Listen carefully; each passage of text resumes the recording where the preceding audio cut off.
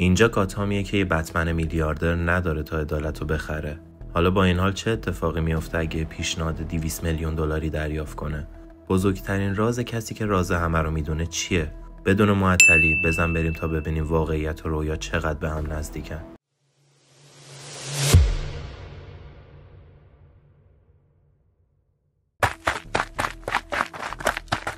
میشه آروم‌تر بری؟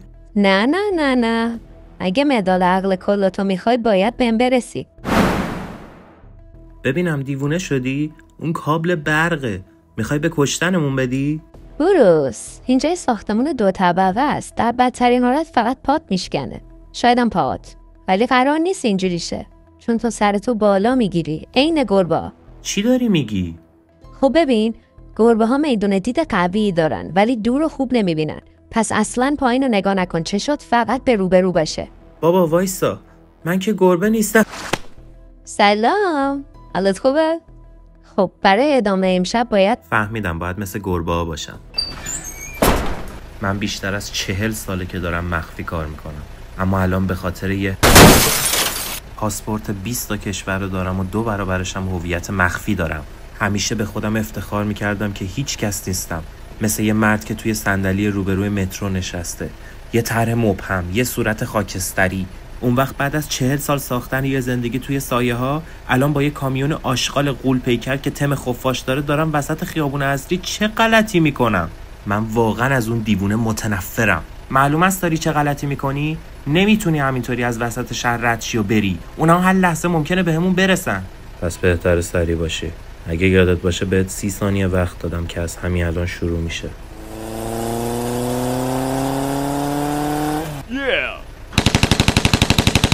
آدمای من یه شایعه‌ای راجع به بلک ماسک شنیدن. تزغالتون تونی. میگن اون رهبر یه گروه شبه نظامی مخفیه که برای قدرتمندترین افراد روی زمین کار میکنه که وظیفه‌شون بی‌ثبات کردن دولت‌ها و ایجاد آشوبای داخلیه. به باور من رومن سیونیست رئیس گروه پارتی انیمال همون بلک ماسکه.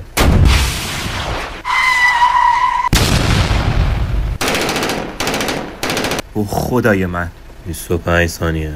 به نظرم ثانیه شماره تو قطع کن، چون 5 ثانیه بیشتر دووم نمیاریم.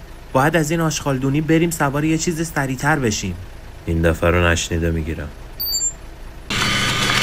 همون لحظه صدای جیغ هیدرولیکا بلند شد و صدای سقف 600 تنی ماشین که به شاسی نزدیک میشد. درسته که نزدیک بود کلمو ببره، ولی اون لحظه به تنها چیزی که داشتم فکر میکردم این بود که چقدر عاشق این روانیم. فقط 20 ثانیه وقت داری، البته اگه بتونی دووم بیاری. داشتیم مثل موشک میرفتیم جلو و بوی تند و شیرین بنزین داشت دماغمو میسوزون. موتورای جت دستاس. دست مریزاد آق مهندس. لعنتی چرا گوش نمی کنی؟ من میتونم بهت کمک کنم. دستر توپخونه رو ببند و ثابت کن. اگه واقعا رومن همون بلک ماسک باشه کارمون زاره. اون خیلی قدرتمند و خطرناکه با منابع نامحدود. او پسر، یه رگبار خفاشی که طراحی شده بود تا هر لاستیکی رو بتر کنه. اون هر چقدر بزرگتر بشه منم بزرگترشو میسازم. 10 ثانیه. متاسفم پسر جون، ولی این دفعه هر کاری کنی بازم کمه. اما هنوز یه امیدی هست. اونجا شنیدم که بهت یه پیشنهاد داد. یعنی میشه باش معامله کرد. معلوم است چی داری میگی؟ دارم میگم پیشنهادشو قبول کنه، یه قدم بکش عقب. شرط میبندم بعدش حملاتش کمتر بشه. حتی شاید متوقف شه. تو هم محبوبتر میشی. با جا زدن فراموشش کن. گره‌ای که با دست باز میشه رو با دندون باز نمیکنن. مگه نجات جون آدما کافی نیست؟ به علاوه اون برای ثروتمندترین دیکتاتورهای جهان کار میکنه. ممکنه یه پیشنهاد چند صد میلیون دلاری بهت بده. اگه قبولش کنی میتونی بتمن رو به یه چیز واقعی‌تر تبدیل کنی. یه چیز تاثیرگذارتر. این وسط چی گیر تو میاد؟ برای اینکه رومن معامله کنه نیاز داره که تراکنش انجام بده. آدمای منم با ردیابی همون تراکنشا میتونن هر چیزی که لازمه رو دربارش پیدا کنن. این یعنی آخرش هم من از این شر خلاص میشم، هم توی بتمن بزرگ گیرت میاد. خیلی بزرگ. رومن چی؟ بذاریم اون فرار کنه؟ معلومه که نه. با همون اطلاعات بالاخره یه روز دستگیرش میکنیم. این قول من و سازمان تو. یه بازی برد. پشت سرمون صدای آژیر داشت نزدیکتر میشد، ولی من فقط خوشحال بودم که با شمردن ثانیه‌ها دیگه رو اعصابم راه نمیره و واقعا بالاخره داره به حرفام گوش میده. من کمیسر هاروی بولاک هستم. همین الان دستاتون رو بالا بگیرین و از ماشین بیاین بیرون. صدامو میشنوید؟ هیچ راه فراری ندارید. ببین پسر جون، ما تیم بدی نیستیم. حالا بگو الان نقشت برای خلاص شدن از اینجا چیه که بریم به کارمون برسیم. اهرام جلوتو بکش. خیلی خوب، این چیکار میکنه؟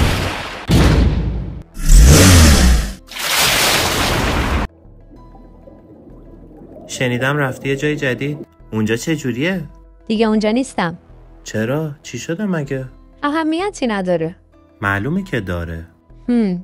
میدونی بعضیا فقط ایده به سرپرستی گرفتن یه بچه رو دوست دارن، نه خود واقعیشو. اینم یکی از اون حالت بدا بود. اوه پسر، امسال این دفعه 3. 4. اما کی که بشماره؟ خب الان کجا زندگی میکنی؟ پیش تو اونا. میبینی دقیقاً قضیه همینه. هر وقت اتفاق میافته میام این بالا و اونا هم دارن دورم میخزن. خب چرا نمیای پیش من زندگی کنی؟ یعنی ما. بی خیال بروس. نه، مامانم تو رو خیلی دوست داره. تو هم فقط باید یکم. نه یعنی نه بروس. لطفاً بیا موضوع رو عوض کنیم. یه موضوع شادتر. مثلا چی؟ مثلا شیرا. شنیدی حالا که باغ وحش تعطیل شد و دارن اونا رو برمیگردونن به تانزانیا تا آزاد باشن؟ حالا این کجا شاده؟ میدونی بعضی وقتا به عنوان یه نابغه واقعا احمق میشی. نمیخوای بگی چرا اینجاییم؟ چون میخوام یه چیزی رو نشونت بدم. چیو؟ من که گفتم سرت بالا باشه. در زمان حال بروس رو میبینیم که به آزمایشگاه ادوارد رفته تا درباره ماسکی که بهش داده بود اطلاعات بیشتری به دست بیاره. ادوارد به بروس توضیح میده که این ماسک عملکرد سه‌گانه داره. در مرحله اول فرد وقتی ماسک رو میپوشه هویت فرد برای تمام سازمان‌های محلی و جهانی مخفی میشه. دوم، یک ولت مجازی برای فرد درست میکنه که به یک نتورک کریپتوی کاملا محافظت شده وصل میشه که اسمش بلک کوینه. و سوم، به افراد این امکانو میده که به ازای کارهای غیرقانونیشون بتونن بلک کوین بیشتری ماین کنن. هر چقدر جرم بزرگتری مرتکب بشن مقدار کوین بیشتری دریافت میکنن. بروس از ادوارد میخواد که بگه چه جوری میشه سیستمو مختل کرد و از کار انداخت، ولی ادوارد که شدیداً نگران بروسه ازش میخواد که این داستانا رو رها کنه و بهش میگه که نمیخواد دوستشو از دست بده. همون لحظه هاروی با بروس تماس میگیره. من یه دقیقه دیگه باید تو دادگاه باشم که قاضیش خالش از ریختم به هم میخوره. میخواستم بگم همونطور که خواستی صندوق آرکامو بررسی کردم، هر چند که ممکنه به خاطرش اخراجم کنن. بخش زیادی از سرمایه گذاری از طرف شرکتی به نام JK هولدینگ اومده. شرکت بزرگی و توی تمام دنیا زیر مجموعه داره و یکی از شاخه‌هاش هم مربوط به تأسیسات امنیتیه، یعنی زندان بروس. اونم نه هر زندانی، بلکه زندانای مخفی. این تأسیسات سرمایه گذاری‌هایی از شرکت‌های زیست فناوری، داروسازی و حتی ژنومیک دارن. هر اتفاقی که اونجا داره میفته اصلاً خوب نیست. خیلی خوش اومدید. واقعا ممنونم که دعوت منو پذیرفتید. تو حمایت منو دریافت نمی‌کنی هیل. اگه منو به خاطر این دعوت کردی بهتر فراموشش کنی. من و جیم سال‌هاست. هی آروم باشید کمیسر. من نمیخوام شما رو از جیمی پیر بدزدم. فقط میخواستم از زحماتتون قدردانی کنم و شما رو به یکی از دوستان معرفی کنم. دکتر میتونیم بیایم تو؟ الان مساعده؟ اون توی سالن ورزشه. چه عینک خفنی؟ کمیسر بولاک با رومانسیونیست آشنا شد. خوش اومدید کمیسر. ایشون هم آقای بیبوی معروف، قهرمان چپدست. من از طرفداراتونم. چقدرم عالی. لطفاً از خودتون پذیرایی کنید. داستان ماسک چیه؟ اوه، این فقط برای ناشناس موندنه. توی حرفه ما دشمنای زیادی وجود دارن. اون وقت حرفتون چیه؟ یه جستجوگر صلح. آره کاملا مشخصه. منظورم از جستجوگر اینه که من کمک میکنم تا مکانهای آشوب زده توی تمام دنیا صلحو پیدا کنن. بعضی وقتا جای خوب تحت تاثیر آدمای بدی قرار میگیرن و شهر شما این روزا خیلی به صلح احتیاج داره. زیر نظر رئیستون گوردون آدمای بدی در حال فعالیتن که دارن گاتامو تیکه پاره میکنن. من وای نمیستم اینجا پشت سر گوردون مزخرف هم ببافی. سوء تفاهم شده. جیم گوردون مرد شریفیه و من اصلا وفاداری شما دو نفر رو زیر سوال نمیبرم. ولی حقیقت اینه که پارتی انیمالا یه مش آدم فاسد و بی خداان که به هیچی اعتقاد ندارن. اونا مثل طاعونن. دقیقا همینطوره. و حالا که دارن زیادتر هم میشن شما باید اوضاع رو بین اونا و این بتمن کنترل کنید، وگرنه همه چیز از هم میپاشه. کارهای دلی، قانونای نرم، خودت که میدونی آخرش ختم میشه به جنگ. دقیقاً کمیسر، من تو کل دنیا شاهد این اتفاق بودم، حتی داخل یکیش بزرگ شدم. کلاغا بهم خبر دادن شما 4 تا خودروی زمینی و یه هلیکوپتر درخواست کرده بودید. افراد من میتونن قانونی 10 خودرو و هلیکوپتر واسهتون فراهم کنن. نظرتون چیه؟ باشه مرد دیگه بسشه. ببینم اون. نه نگران نباشید کمیسر، اونانش خوب میشه. بهتر ما بریم یکم بیشتر راجع به صلح گپ بزنیم. میبینی بروس؟ بالاخره پازل‌ها رو کنار هم چیدی؟ اونا اسم رمز این زندونای مخفی آرک گذاشتن. زندونای بدون نظارتی که با همکاری دولت‌های مختلف در سراسر جهان اداره میشن. آرک ای اولیش بود، یه نمونه اولیه داخل سانتا پریسکا. آرک بی داخل روسیه و آرک سی هم توی چین بود. الان هم رسیده به آرک ام یا همون آرکام که بزرگترینشونه و برای گاتام ساخته شده. خوب نگاه کن بروس، ببین با چی طرفی و چیا رو ممکنه از دست بدی. در پنل بعدی دوباره وارد سینما میشیم و متوجه میشیم که مادر بروس و دوستاش اونجا منتظرش بودن تا سورپرایزش کنن. اما مهمترین خاطره بروس از اون روز این جمله سلینا بود. بروس، این فرصت توی که معنی پیدا کنی. تو استعدادایی داری که بقیه ندارن. میدونم چقدر میتونه ترسناک و خطرناک باشه، ولی باید ترساتو بذاری کنار و سرتو بالا بگیری. درست این یه شیر. صبح خیر مامان. ترسوندیم بروس. اتفاقی افتاده اصلا؟ چیزی ذهنتو درگیر کرده؟ نه، داشتم توی محل میچرخیدم و یهو یادم افتاد که یادت افتاد ساعت 8 صبح باید بیای سوپ درست کنی، نه؟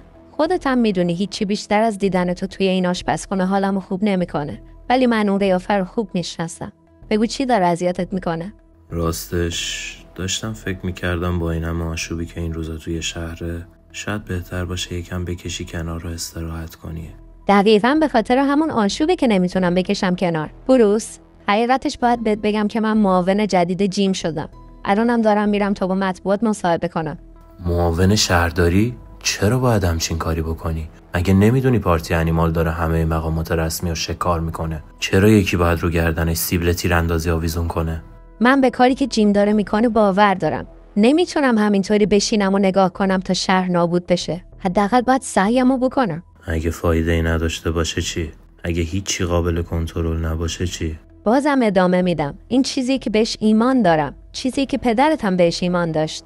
آره، اتفاقا الان داره سینه قبرستون آفتاب میگیره. میخوام مادر خوبی باشم و به جای اینکه بزنم زیر گوشت ببوسمت. خداحافظ بروس. آشپزخونه رم تمیز کن. میبینی پسر، تو نمیتونی از همشون محافظت کنی.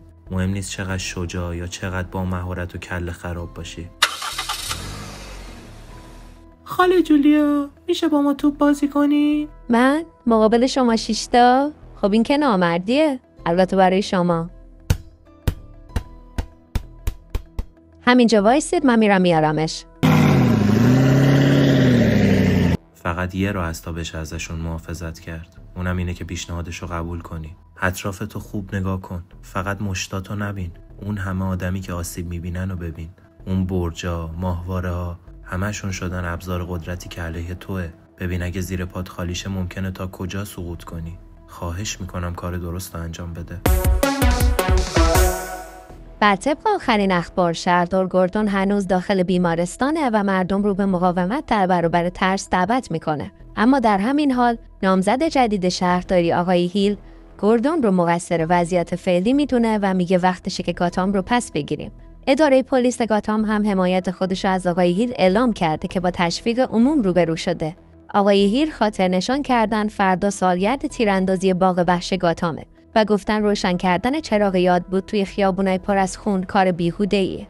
و حالا همه فقط یک سوال دارن. بتمن کجاست؟ بله درسته. 200 میلیون دلار فقط برای اینکه یه هفته آفتابی نشی. منم در ازاش قول میدم با قسمت قدیمی گاتام مهربون تر باشم. الان نمیتونم ببینمت ولی امیدوارم با این پیشنهاد به صورت اخمالوت لبخند آورده باشم. فکر کن بتمن با همچین پولی چه کارا که نمیتونه بکنه. ماشینا، سلاح‌ها، اسباب بازی‌ها. اون قراره فراتر از یک انسان باشه. اینه یک افسانه. بتمن قراره تمومش کن. پیشنهادتو قبول میکنم. خب رفقا، خیلی ممنونم که ویدیو رو تا اینجا تماشا کردید. راستش حتی ادیت این قسمت خیلی برام لذت بخش بود. اگه شما هم پیشنهادی یا ایده‌ای برای بهتر شدن کانال دارید حتما برام بنویسید و اگه شما هم مثل من با این کمیک به هیجان اومدید حتما ما رو لایک و سابسکرایب کنید و ما رو به دوستاتون معرفی کنید. ویدیوی قسمت 4 هم براتون میذارم همینجا تا همین الان برید تماشا کنید.